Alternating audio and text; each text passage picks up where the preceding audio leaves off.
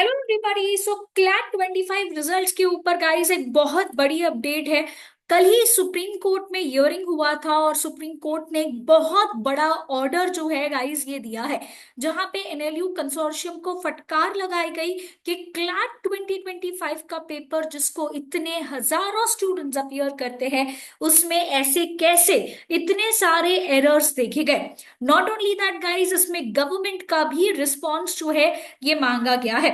तो चलिए देखते हैं, यहाँ पे एक बहुत बड़ा ऑर्डर पास किया गया है जहां पे कोर्ट ने सेंटर का रिस्पांस मांगा है कि एक परमानेंट मैकेनिज्म क्यों अब तक फॉर्म नहीं हुआ है।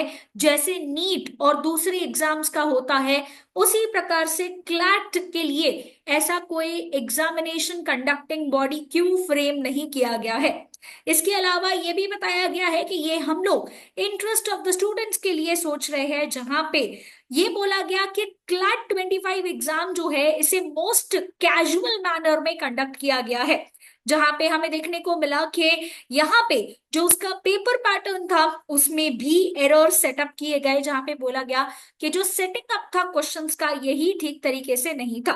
तो इसीलिए बोला गया है कि बच्चों के इंटरेस्ट के लिए यहाँ पे ये बोला गया है कि जल्द से जल्द इसके ऊपर रिस्पॉन्स दिया जाए। फ्राइडे को इसकी हियरिंग होने वाली है। नॉट ओनली दैट गाइज, यहाँ पे ये भी बताया गया है कि इसमें बहुत सारे बच्चे ऐसे हैं, इनके एस्पिरेंट्स जो है ये एक लॉ एज अ करियर जब परस्यू करना चाहते हैं तो उसमें जो आंसर की पब्लिश करी गई थी कंसोर्शियम के द्वारा उसमें भी एरर थे।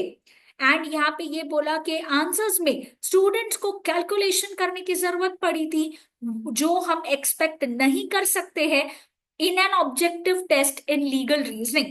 इसके अलावा कोर्ट दो और पिटिशन फाइल कर रहा था बाय द कैंडिडेट्स, जहां पे क्लैट यूजी के एस्पिरेंट्स ने डिसअपॉइंटमेंट बताया दिल्ली हाई कोर्ट के जजमेंट से, जहां पे स्क्रूटनाइज किया गया था 17 क्वेश्चंस को एंड रेकमेंड किए थे कि सिर्फ उन 17 में से 4 ही क्वेश्चंस में चेंजेस जो है ये किए गए थे।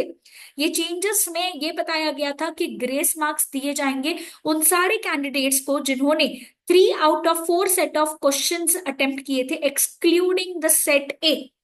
उसके बाद यहाँ पे हमें यह भी बताया गया है कि वाइस चांसलर्स जो एकेडमिशियंस है हाई रेप्यूट के, उन्होंने ये क्वेश्चन सही तरीके से फ्रेम नहीं किए हैं और ये पहली बार ऐसा नहीं हुआ है।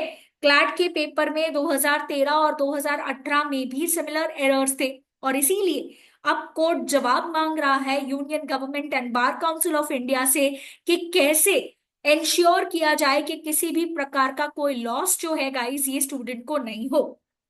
गवर्नमेंट क्या कर रहा है इस बारे में, ये क्वेश्चन पूछा गया है। एंड ये बोला गया कि ये मैटर अभी का नहीं, 2015 में भी पिटिशन फाइल करी गई थी। तो जल्द से जल्द इसके ऊपर जो है यहाँ पे फाइनल डिसीजन दिया जाए। साथ ही साथ कुछ क्वेश्चन नंबर्स के करेक्ट आंसर भी दिए गए हैं, जहां पे कंसोर्शियम ने पॉजिटिव मार्किंग दी है उन सारे स्टूडेंट्स को जिन्होंने option C and D mark किया था relating to the citizen and the states. And दूसरे क्वेश्चंस को लेके भी ए और बी, जहां पे नेगेटिव मार्किंग को लेके बोला गया है कि वो नहीं किया जाएगा। Apart from that question number 115 and 116 में in one of the CLAT UG set court ने बोला कि स्टूडेंट्स को मैथमेटिकल कैलकुलेशंस करने थे एंड क्वेश्चन काफी ज्यादा कॉम्प्लिकेटेड था।